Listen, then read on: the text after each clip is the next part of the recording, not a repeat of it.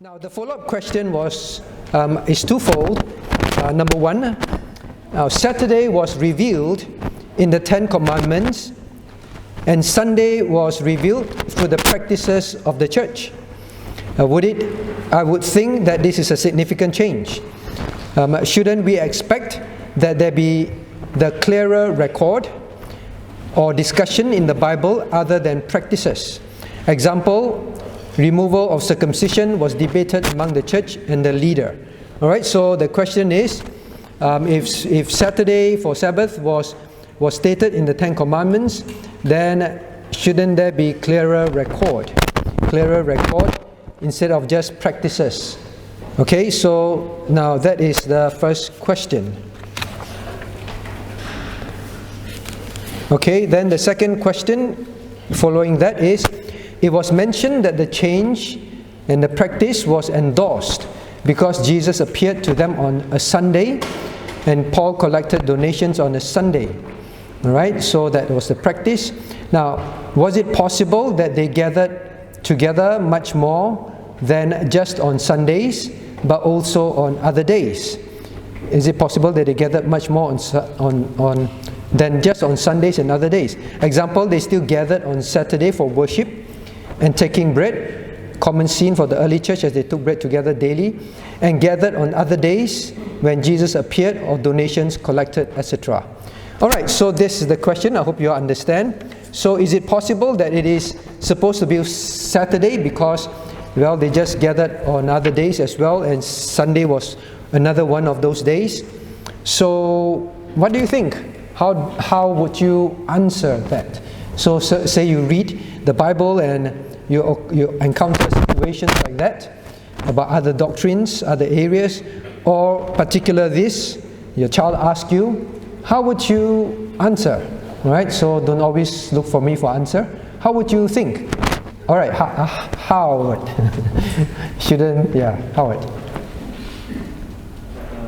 think you mentioned previously that Sabbath God created the world, right? Heaven and the earth in 6 days, and on 7 days he rested. So although it was on Sunday in the and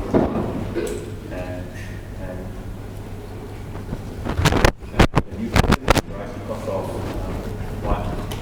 when Jesus appeared, right, it's still the same principle applies regardless whether it's on Sunday, but Jesus appeared on Sunday, and the people gathered on Sunday, and offering was collected on Sunday.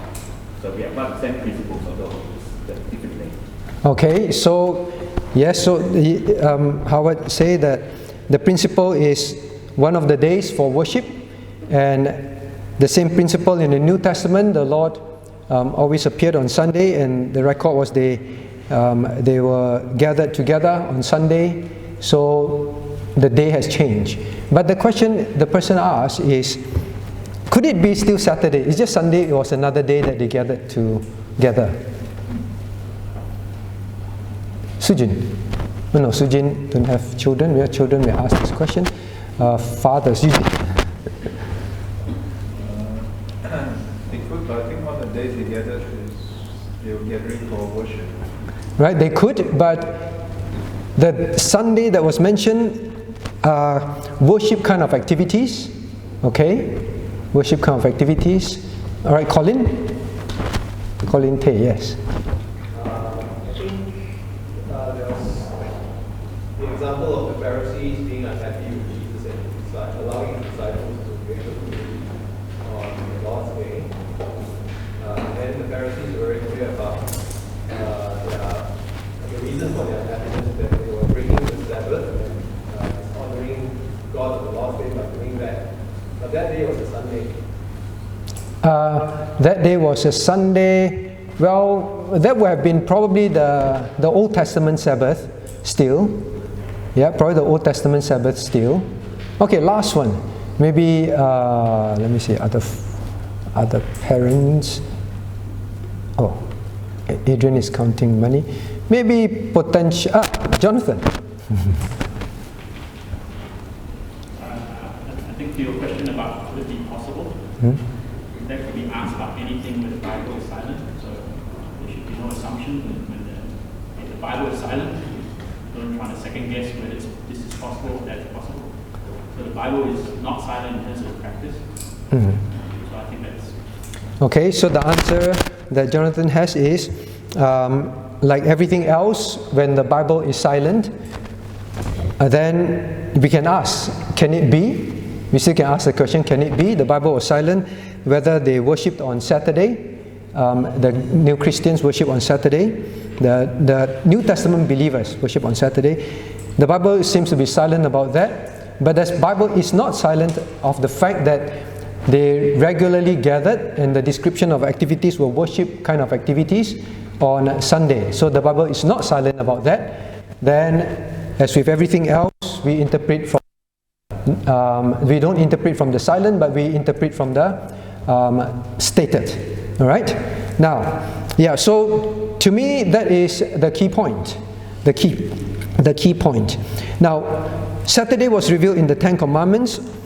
Sunday was revealed through practices of the church. It's a significant change. Shouldn't we expect a more clearer record and discussion other than practices? Now, that is one thing that we always remember when we read scriptures. So, should there be more clearer records? God reveals scriptures through a few ways. All right. One is through dreams and vision. That was the past. Two is through His Son, the Lord Jesus Christ on earth. And then three is through His written word that we have now. All right. Through His written word that we have now. Now, many of the things that Christ did on earth was practices, and God revealed through Christ. And also in the written word. When we say clearer, it becomes subjective, because we must not interpret clearer means it must be a clear statement. Clearer can be made clearer by multiple mentions of something, meaning to say that is something that is established by a clear practice that God did not rebuke also. And for that part, when it's by practice, all right, by practice, then we have to ask, is that practice something that God rebuked when it's repeatedly, after it's been repeatedly mentioned? If there's none, then we would say that, in fact, that is clearer. There are more mentions of it than just one statement. Now, what do I mean? For example, circumcision. So they say, so this person asked, for example, removal of circumcision was debated among the church and church leader. Now, there is only one Bible verse, only one mention that circumcision is, physical circumcision is now the circumcision made without hands. Only one mention. People can also argue, which people do. It does not prove infant baptism. It just says circumcision made without hands, that's all. It does not prove circumcision. But when it came to the Sabbath, when it came to worshipping or gathering on the first day, there were many mentions. So the church at that time, the apostles, somehow they knew. Now there are things that sometimes God mentioned, God says, but it is not recorded, and the people just did it, and from then on it is the practice. I say again, there are some things in the Bible that they just know that God told them, and they did so. But the part where God told them is not recorded, but they just did so. And then from then we know, for the repeated records, that is the clearer record. Another example is this. Is Jesus Christ God? Hazel? Yes. Okay, maybe I'll ask Thomas. Can you find a verse that Jesus Christ said that He is God? Jesus said, I am God. Jesus personally verbally said. Yeah. Well, when He said, I'm the way, the truth, and the life. Yeah, Buddha can say that too.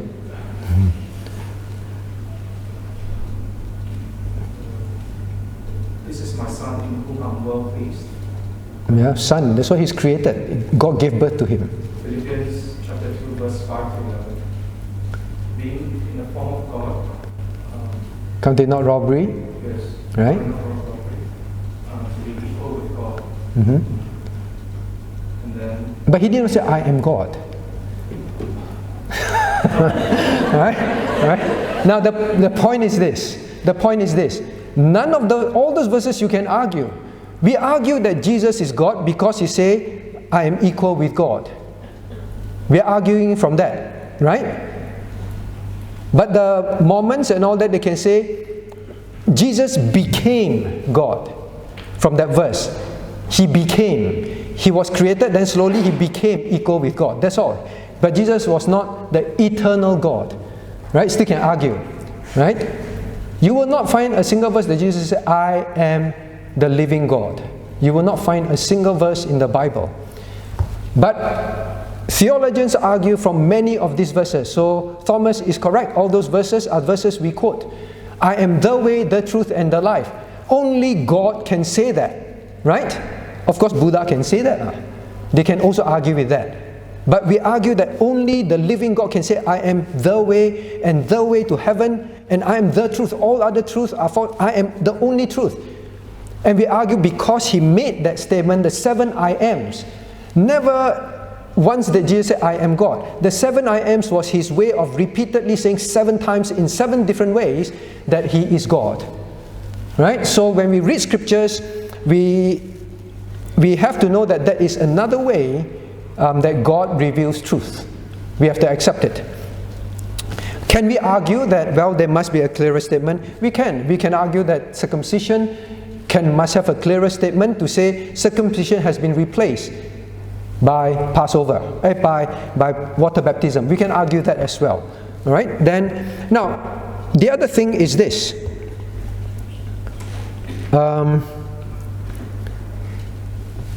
We should not argue just because there were no arguments, no much record of arguments, therefore maybe it did not change because there was no argument, right? No argument, so maybe it stayed on Saturday. Yes, understand, we can think like that.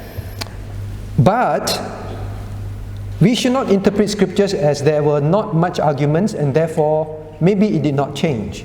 Because, for example, that the Passover has been replaced by Holy Communion. There were also no arguments among the disciples.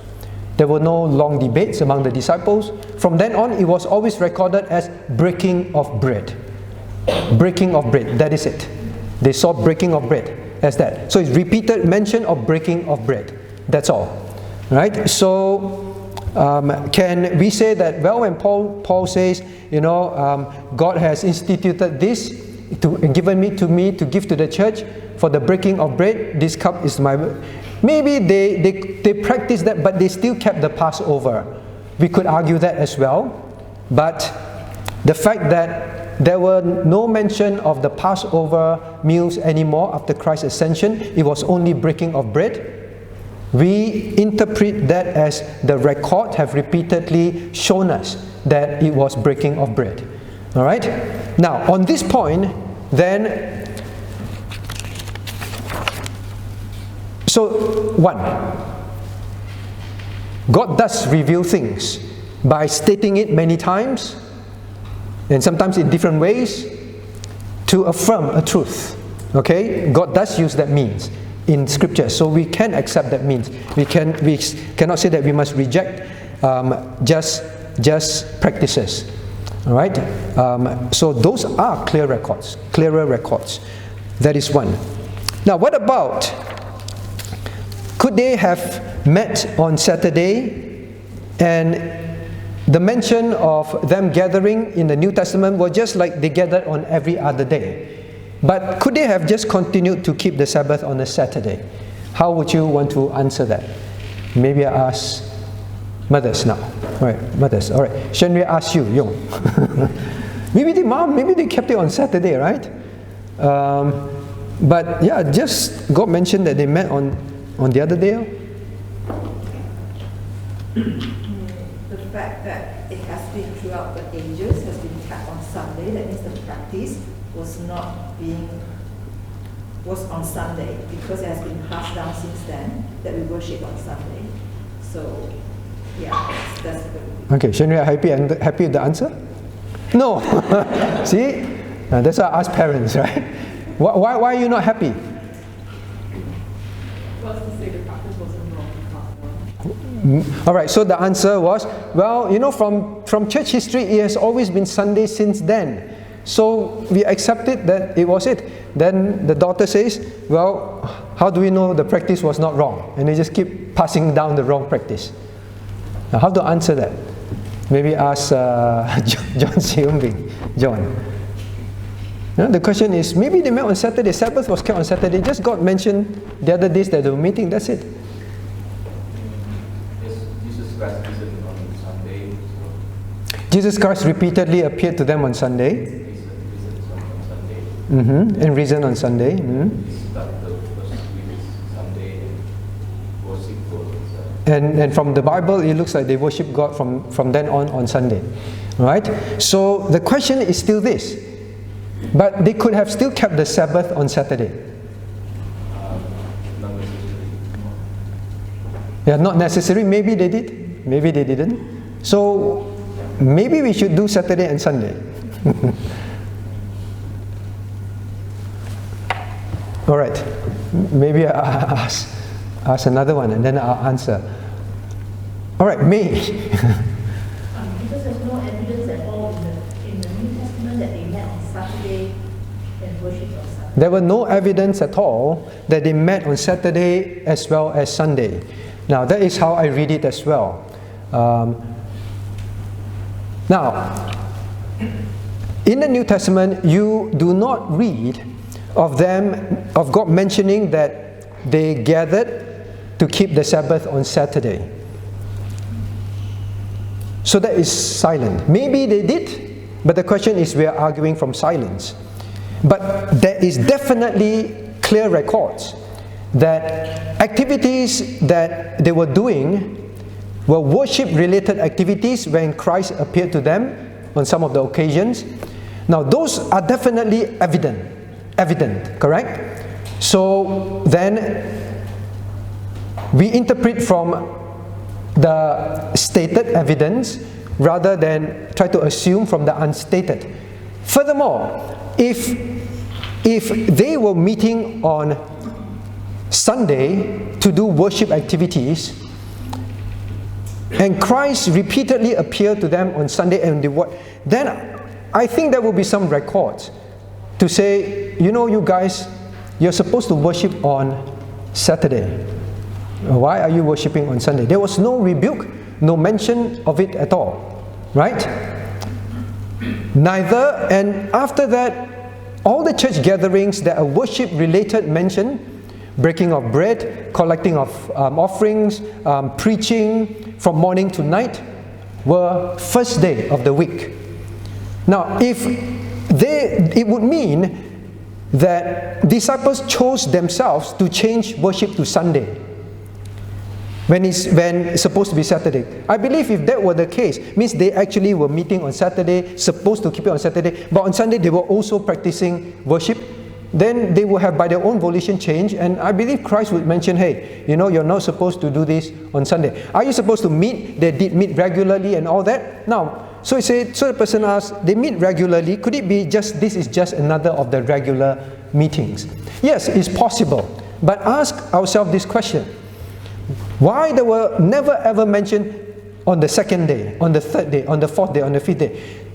From then onwards, the mention, God always singled out the first day. Did they meet regularly?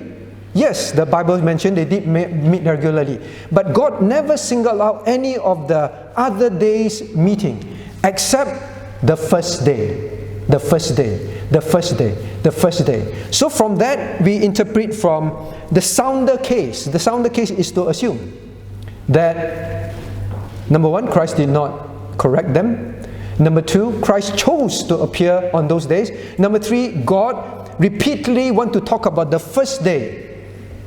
In the Old Testament, God repeatedly talk about Saturday,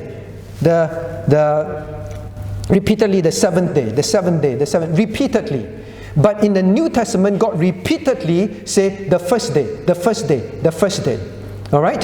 How do we know in the Old Testament? It is it is Saturday because God keeps saying seven, right? Seven, right? And He says 6 days thou shalt work.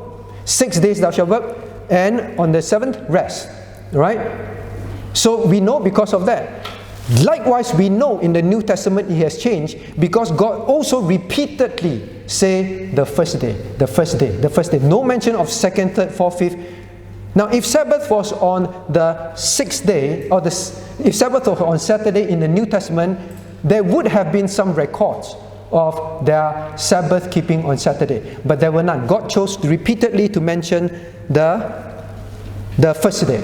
All right, so this kind of repeated mention are indications.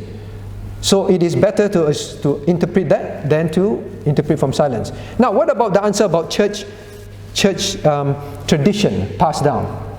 We cannot discount that totally. All right, we cannot discount that totally.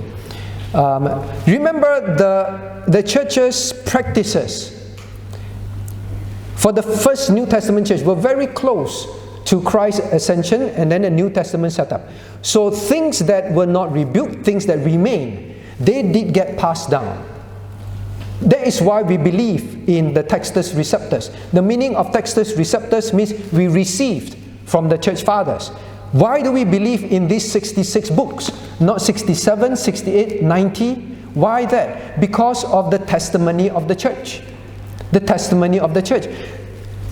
God will use the established church, which gates of hell will not prevail against, to establish some of these things. And the fact that we believe in 66 is simply because the church has always believed these were the 66. That is why we believe is this 66. How did God do it? Using the church. And you also notice that during the Reformation, now if this was an error, then it would mean that somehow during the Reformation, God would highlight it. But many things were highlighted, but not the practice of keeping Sabbath on the first day. There was no arguments in Christianity about that. It is only the recent cults, Seventh-day Adventists, the recent cults that want to go back to Saturday. The church has never accepted it. It was the practice since the apostles' time, and it just passed down.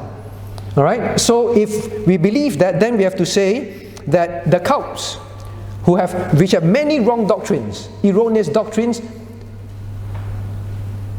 have the right practice, but the church that have the right doctrines, God did not correct it at all. God left it alone. I believe God would have made some clear indication that the church needs to change. And the last one is this. Now, in the Old Testament, they keep calling it Sabbath day, right? Sabbath. The word Sabbath does not mean Saturday, all right? The word Sabbath simply means rest. That is all, rest. Can be 7 years, can be what? Rest, that is all. In the New Testament, so rest, what is rest? Why does God call it the Sabbath day, the rest? The rest means now you rest from the work of the labors of the world, and you completely spend that day for the Lord. That is why it's called Sabbath. That is why it's called rest. All right? It's for the Lord. Spend for the Lord. Rest from the activities of the secular work of the 6 days. So God says 6 days you do that, 1 day is for the Lord. Now that is why in the New Testament they do not call it Sabbath. They call it the Lord's Day. The Lord's Day. Anyone just had a birthday? Alright, maybe you just had a birthday. Maybe just Josiah, you had your birthday when you're young. And then your parents will say, alright, Josiah, this is... Then Jemima say, I want to go to the park. Then Josiah say, I want to go to play badminton. And then your dad says, Jemima, this is josiah's day. Because it's his birthday. It's Josiah's day. Means what? Means this is the day for Josiah. Alright? The Lord's day. So Sabbath was the day set apart for the Lord. In the New Testament they call it the Lord's day. This is the day that was set apart for the Lord. So just by the word itself, the believers knew this is the Lord's day. This is a day like in the Old Testament where we kept Saturday for the Lord. Now in the New Testament, the Lord's day become the first day. The Lord's day. Whole day is meant for the Lord. Now, hence you read in Acts 20 verse 7. Now, Now, Paul, on the first day of the week, when the disciples will come together to break bread, on the first day of the week, when? When means this is what they always do. When? Break bread, Holy Communion. Paul preached, right? Paul preached. And he preached till midnight. It would seem to be a day that they really set apart, the whole day, just in these activities, the Lord's Day. Right? So from all this, we can firmly say that yes, we are practicing the right thing. Right? And we can be attested by there were no conflict in the church fathers, early church fathers as well. I'm not talking about the Roman Catholic Church, right? So with that, I think it's nothing wrong to interpret from clear statements of practice. Other doctrines, we interpret that as well. For example, Trinity. Does God, now many people say, no, Trinity is not in the Bible. It's not clearly stated in the Bible. There's no such a word. Should we reject it? No. So I think that is all I can answer. Repeated statements affirms, and repeatedly no mention, like May said, there was absolutely no mention of keeping the Lord's Day on a Saturday at all in the New Testament. Tells us quite simply. What do we have here? Top 5 reasons why church dropouts, what church dropouts say, why they stop attending church. Now please remember 66% of, well, I take the American view, they are the most readily available results. They stop attending church at least a year after turning 18. So from